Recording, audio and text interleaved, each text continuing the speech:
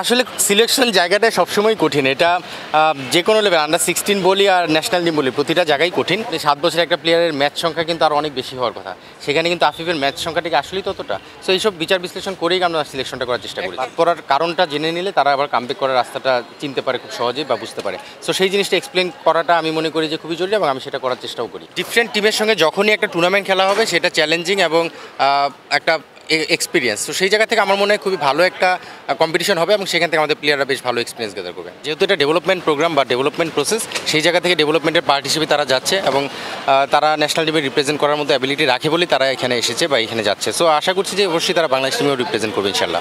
ক্রিকেটারদের মধ্যে এক্সাইটমেন্ট কতখানি? আমরা জার্নালিস্ট কিংবা সাধারণ দর্শকরা খুব বেশি এক্সাইটেড, অস্ট্রেলিয়া খেলবে। ক্রিকেটারদের মধ্যে এই এক্সাইটমেন্টটা কেমন? এটা তো এক্সাইটমেন্ট থাকারই কথা, বিকজ সচরাচর অন্যান্য দেশগুলোতে আগে পরে তারা বিভিন্ন এজ গ্রুপ খেলার মাধ্যমে হোক বা বিভিন্ন সময় কিন্তু যাওয়ার সুযোগ হয়েছে, খেলার সুযোগ হয়েছে। অস্ট্রেলিয়া যেটা বললাম যে আসলে আমাদের 2008-এর পর আর কেউ যায়নি। সো সেই জায়গা থেকে তো এটা বিরাট একটা এক্সাইটমেন্টের ব্যাপার। আর টিমটা যখন অস্ট্রেলিয়া, সেই জায়গা থেকে অস্ট্রেলিয়া দেশের নাম যখন আসে তখন সেই এক্সাইটমেন্টটা কাজ করাটাই স্বাভাবিক।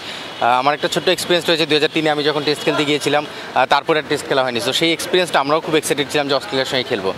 যদিও আমাদের অপেক্ষাটা এত লম্বা ছিল না, 2000 আমরা যখন স্ট্যাটাস পেলাম, টেস্ট স্ট্যাটাস পাওয়ার 3 বছর পরে আমরা খেলতে গেছিলাম, বাট এবারের অপেক্ষাটা লম্বা, সেই জায়গা থেকে এক্সাইটমেন্ট অবশ্যই কাজ করছে। যে আফিফ হোসেন, তিনি 100টা ইন্টারন্যাশনাল ম্যাচ খেলে ফেলেছেন, বাংলাদেশের হয়ে ভাইস ক্যাপ্টেন্সিও তিনি করেছেন এশিয়া কাপের মতো জায়গায়, তাকেও সিলেক্ট করা হয়েছে। এই জায়গায় আফিফের জায়গায় অন্য একজন তরুণ ক্রিকেটারকে বা অন্য 2 জনকে 2 ফরম্যাটের সুযোগ দেওয়া যেত কিনা? মানে এইভাবে বললে আসলে অনেক কিছু চিন্তা করা যেত, বাট আমরা যখন এই ডিসকাশন বা আমরা যে সিলেকশনে বসেছিলাম, আমরা 3 সিলেক্টর, তখন আমরা এটা নিয়ে অনেক ডিটেল আলাপ করেই তারপরে এই স্টেজে এসে পৌঁছেছি। তারপরে ফাইনালি সিলেকশনটা আপনারা দেখতে পাচ্ছেন। এখানে সাদমান রেগুলার ম্যাচ খেলছে কিনা সেটা আপনারা অবজার্ভ করবেন, কবে খেলেছে, কয়েকদিন গ্যাপে খেলেছে। পাশাপাশি হলো যেটা বলছিলাম কন্ডিশনের যে অ্যাডভান্টেজটা, সেটা আমরা নেওয়ার চেষ্টা করেছি। পাশাপাশি আরেকটা বিষয় আপনি যেটা বলেন আফিফের বিষয়টা, আফিফকে আপনি দেখবেন রিসেন্ট পাস্টে কিন্তু ইন্টারন্যাশনাল ম্যাচের থেকে বেশ দূরে রয়েছে। ওয়ার্ল্ড কাপে সে টিমের সঙ্গে গিয়েছে, বাট ম্যাচ খেলার সুযোগ হয়নি।